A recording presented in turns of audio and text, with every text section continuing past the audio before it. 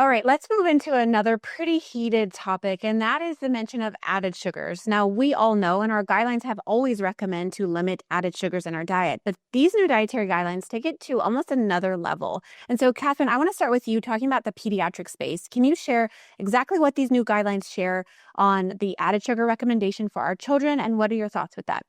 Absolutely. Thanks, Colleen. I think that's a great topic for us to discuss.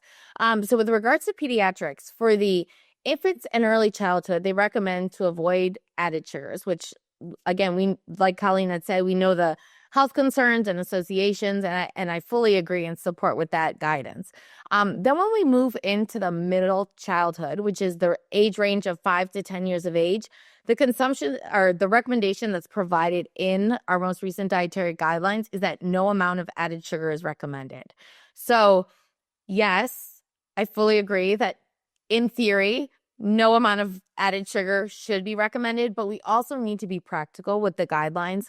And remember that and research shows this very much so, if a food is restricted from a child's diet and becomes a forbidden food, what happens?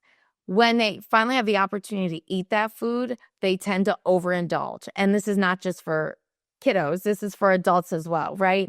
If we restrict something, especially something that we have an innate affinity for and we really have a taste preference, we are physiologically wired as humans to have a taste preference for sweets, for salty foods, and high-fat foods.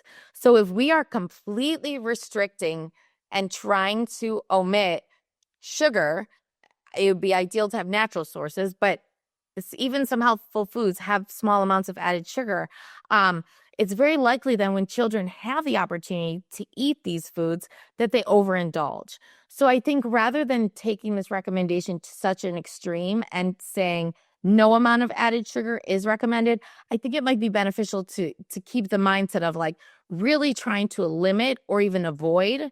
Avoid is even stronger than saying limit. So I think even saying similar to what we said with infants and early childhood, avoiding added sugars versus saying across the board, no amount of added sugars is recommended, because I do feel we really need to keep in that practical and the application, the translational part when we're developing these dietary guidelines.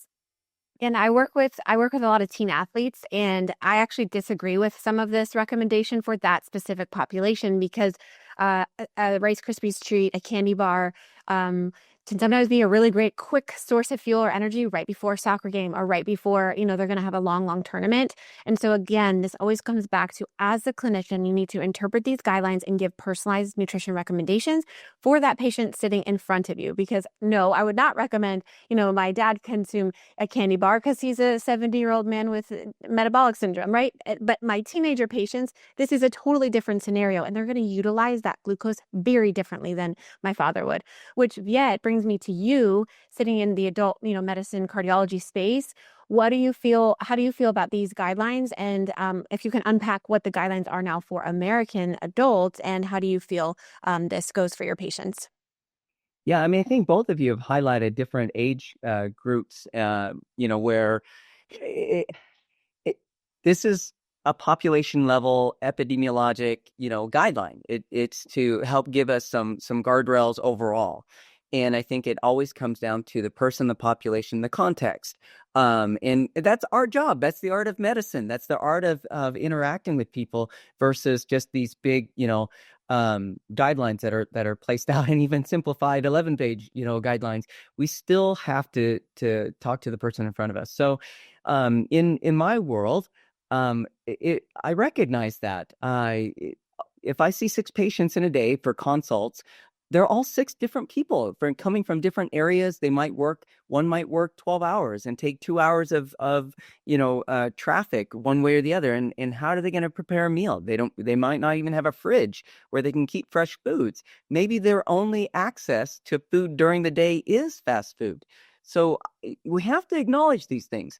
And then it's better choices. It's optimal choices. If that's all you have, let's choose the better thing. Good, better, best is really what ends up happening. And so in the adult world, as I look at these, yeah, they're great guardrails. It's a great guideline. to be able to give us, some direction.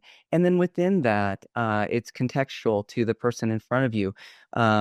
Because I do have athletes as well that have coronary disease that, happen to survive their cardiac arrest and had bypass, and they still want to do a marathon. And I say, yeah, good. How do we support that? So, I think in the end, giving them the idea of what so I gave the, example of what protein might be in blowing past 10%, of fats. And in the sugar world, that's like one can of soda. And if you say that, oh, okay. Uh, wow, how do I spread the sugars of a can of soda across all my foods and making those optimal choices? I tend to tell my patients, look, from a cardiovascular standpoint, there's these guidelines.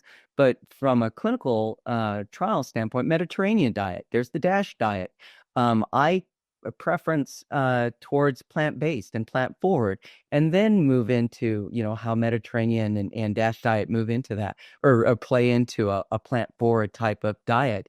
And I just say, look, swap. Don't, if you can't do it, then I understand that. So make better choices within what's available to you. But if you can, then make those swaps that improve what you're doing rather than trying to, slash and burn, because they get frustrated.